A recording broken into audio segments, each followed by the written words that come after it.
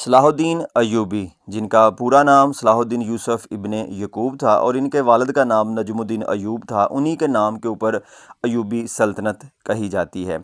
ان کی جو پیدائش ہے یہ عراق کے شہر تکریت میں 1138 عیسوی میں جو ہے وہ پیدا ہوئے، اور ان کی جو وفات ہے وہ 4 مارچ 1193 عیسوی کی ہے، اور ان کا جو مقام وفات ہے وہ شام کا شہر دمشق ہے۔ ان کا جو دور حکومت ہے یہ 1174 عیسوی سے لے کے 1193 عیسوی تک ہے۔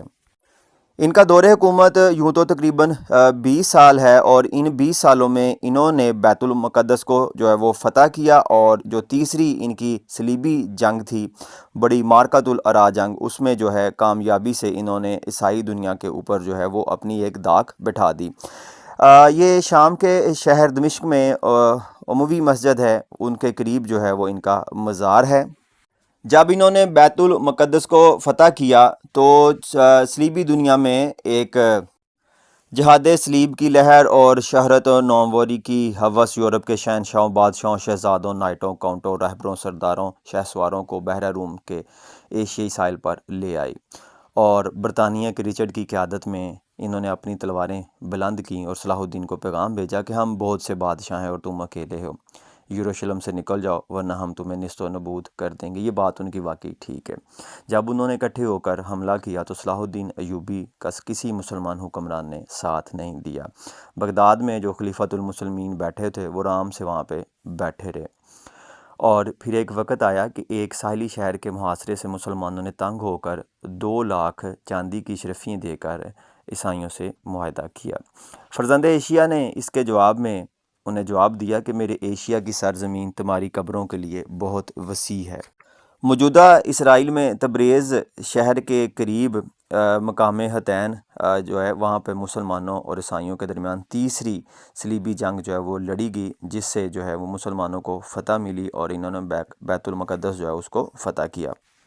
ایک یورپی مورخ ہے جی اسٹینلے پول نے ایک کتاب لکھی ہے صلاح الدین۔ اس میں وہ لکھتا ہے جی کہ صلاح الدین کے ہاتھ یہ جو تیسری جنگ کے بعد جو ہاتھ مال غنیمت آیا اس کا کوئی حساب نہیں تھا۔